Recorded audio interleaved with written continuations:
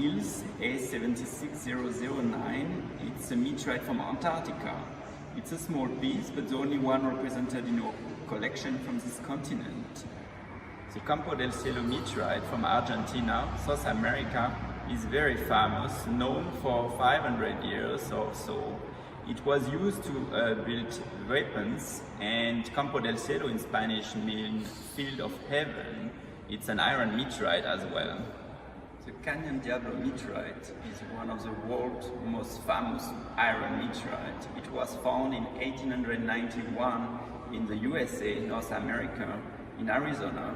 Nearby is the Meteor impact crater, so-called Barringer impact crater, 1 kilometer in diameter.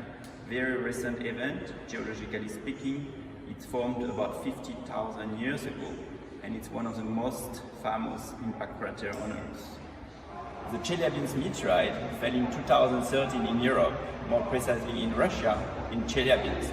It was a very incredible event. An asteroid about 20 meters in size exploding over there, and resulting in a few pieces surviving to this event and landing on the ground.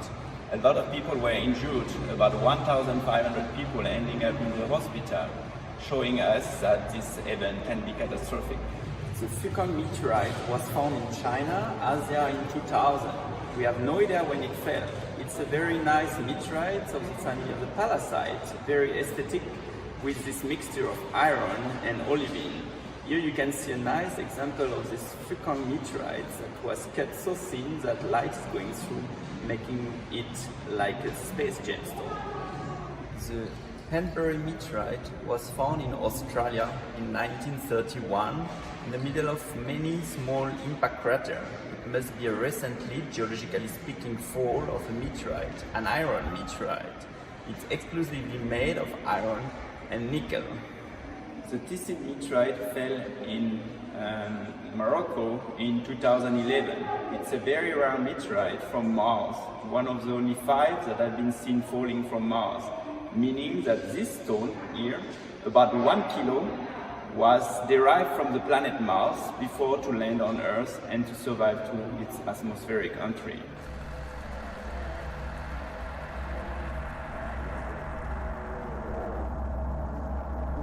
In this sample of dust, we found human hair, Saharan sand, pollution, of course, mostly pollution,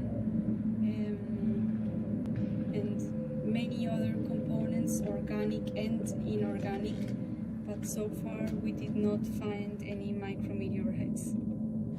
So the sample of dust that we see under the microscope is from the dust collected here in the roof of the museum. Yeah, we were with Victoria up there and collected carefully some dust that we found there to potentially found some micrometeorite. We basically collected them there.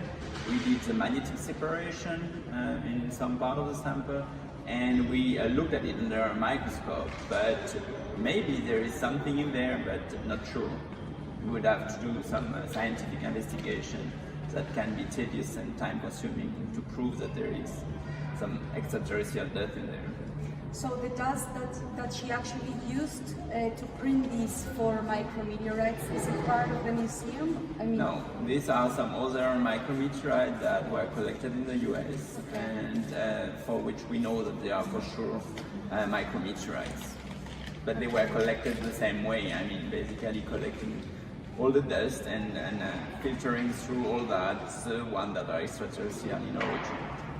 This is one of the 4 3D printed micrometeorites in a much bigger scale than they actually are found on the dust, on the collected dust. Basically the shape is there, but it's enlarged. That's why in this case the material, the idea is other, but the representation of the shape is there. That's why, yes, it's correct. And it's, on these 4 examples, you can see the variety of shapes that they can have.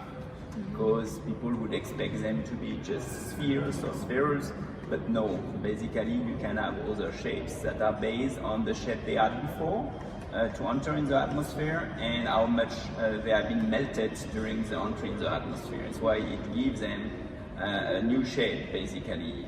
It's based on the original shape. Of course, if you had something very elongated, you will not end up with something, you know, very spherical.